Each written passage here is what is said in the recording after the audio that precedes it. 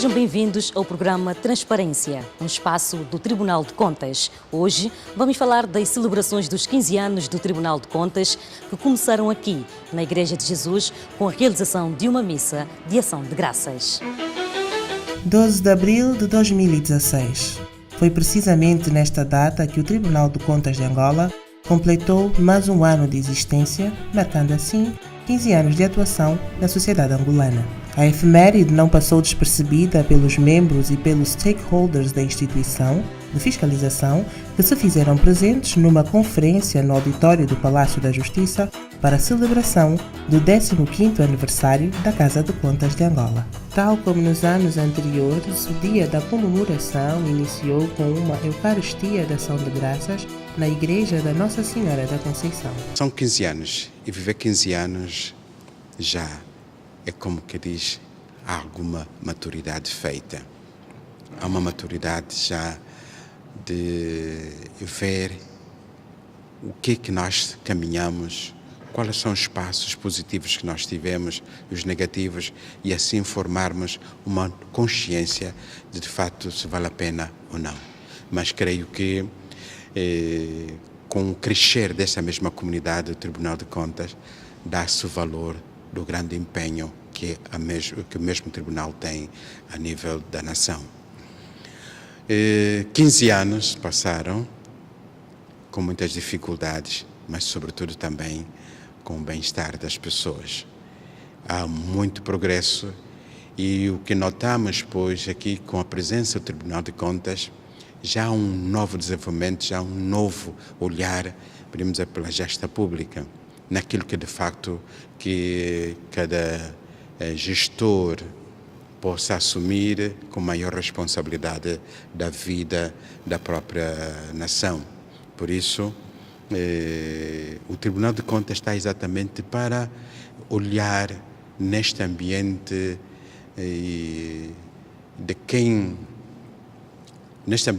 governa, ter, não diria consciência, mas ter o espaço de meditar profundamente que eu tenho a responsabilidade de conduzir esta nação. Tenho uma cota à parte exatamente de evolução para o bem-estar desta comunidade. E aí, pois, ganhamos a nossa consciência e produzimos frutos abundantes para o bem comum de tudo isto. Logo de seguida, as individualidades dirigiram-se até o Palácio da Justiça para prestigiar a instituição nesta data tão especial. A conferência teve a sua abertura por volta das 10 horas ao som da Orquestra Capo-Soca.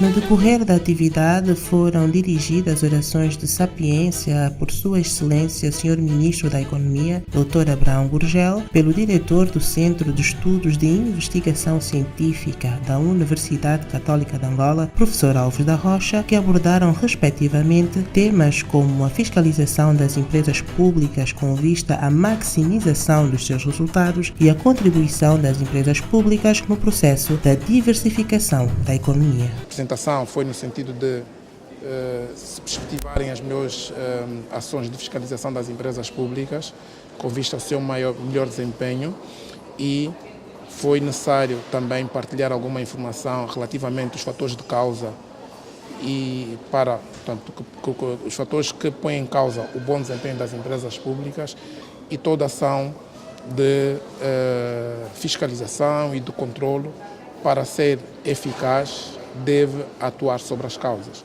Portanto, houve partilha de informação a este respeito e penso e estamos convictos que poderão garantir uma atuação muito mais profícua dos diferentes órgãos de fiscalização. Nesta fase, no momento que nós falamos, pelo menos 18 empresas públicas, e aí estamos a falar no nível de prestação de contas, pelo menos empresas do setor público já prestaram contas até a data de hoje.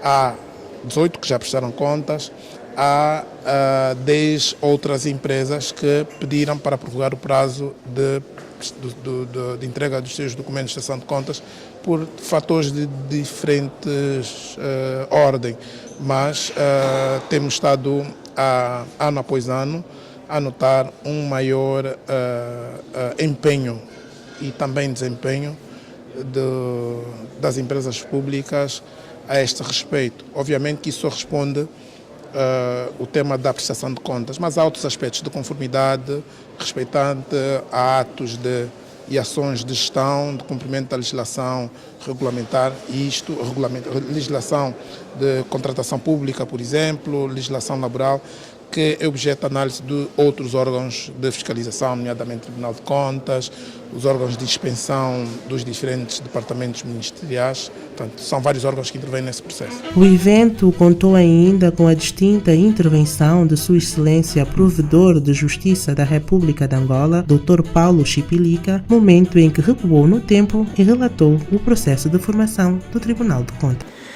Desde logo confesso que não é tarefa fácil, pela inacessibilidade do apoio documental, porquanto longo vai o tempo em que saímos da área onde estávamos e titulamos a responsabilidade governativa, e também porque a plasticidade da memória vai debitando algum refrescamento para reavivar factos e trazer à liça personalidades que, de uma forma ou de outra, estiveram envolvidas e contribuíram para a institucionalização e a criação do Tribunal de Contas.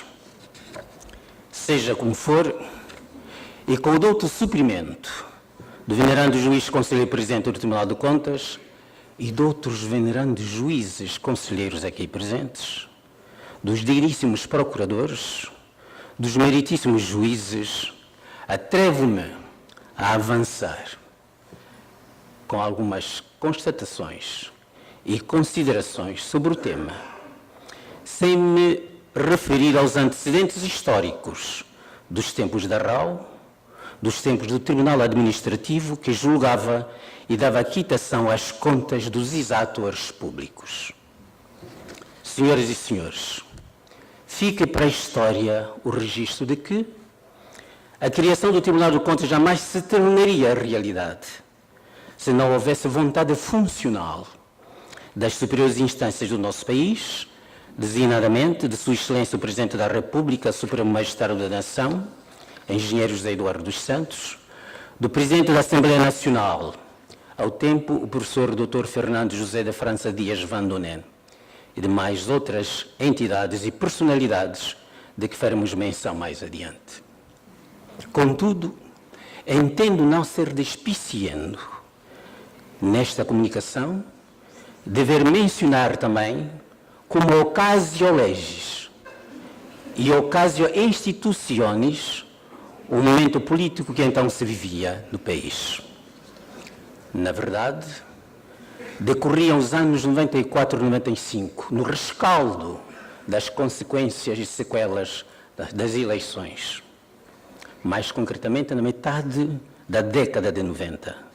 O país estava mergulhado sob o espectro da guerra, fraturado. As populações andavam errantes pelas matas, aldeias, comunas, municípios e cidades. De norte a sul, vivia-se a intranquilidade e o desassossego inerente ao conflito armado.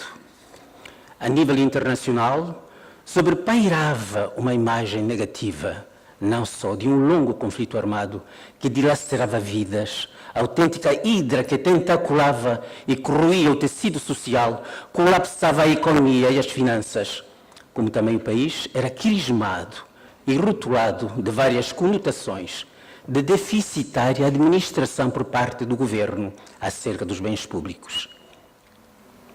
Hoje ficamos por aqui e voltamos para a semana com mais um tema de interesse sobre finanças públicas do Tribunal de Contas.